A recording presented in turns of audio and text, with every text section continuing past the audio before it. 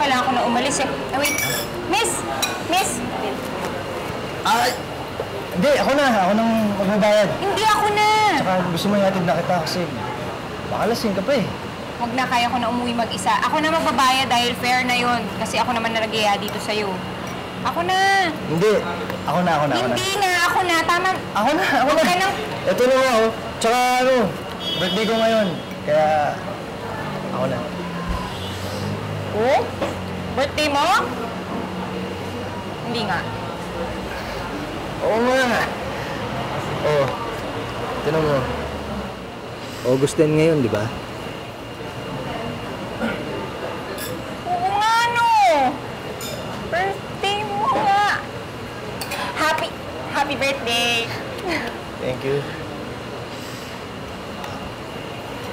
Saan party? Wala. Walang party. Bakit naman? Hindi ako naniniwalang walang party, meron kayong party. Hindi ako sanay sa party, tsaka baka wala rin naman pumunta. Bakit naman? Talagang walang pupunta. Baka mga patay lang. Sandali, bayad lang ako.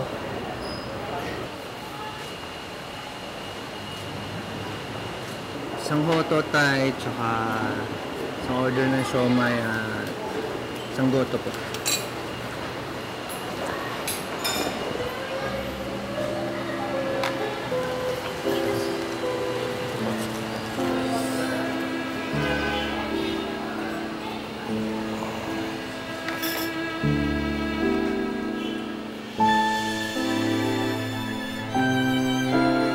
Sabi ko na nga ba eh.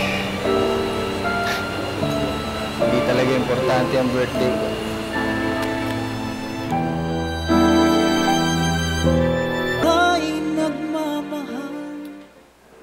Dating gawi, puro patay uli ang makikita ko. Ay, Eman. Wala ka talagang kwenta. Buhay ka pa, pero parang patay na rin. Ikaw pala yung binulong sa akin ni Marcia Tinake Home ni Eman kagabi. Naku, grabe naman po kayo. Take home agad. Hindi pa pwedeng, dinala lang ako dito sa sweet room nyo. Kasi naman, wala na siyang choice. Ako didalhin lang talaga ako dito. Sweet room, ha? Sweet talaga ni Eman. Yan.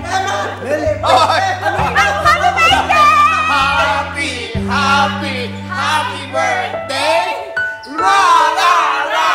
Sino? Siya! Sabi nila, ang pag-ibig, para din daw kamatayan yan, na di mo alam kung kailan darating. Basta magugulat ka na lang daw dahil may hahaplos na kung ano sa iyong puso. Mukhang dumating na nga ang para sa akin.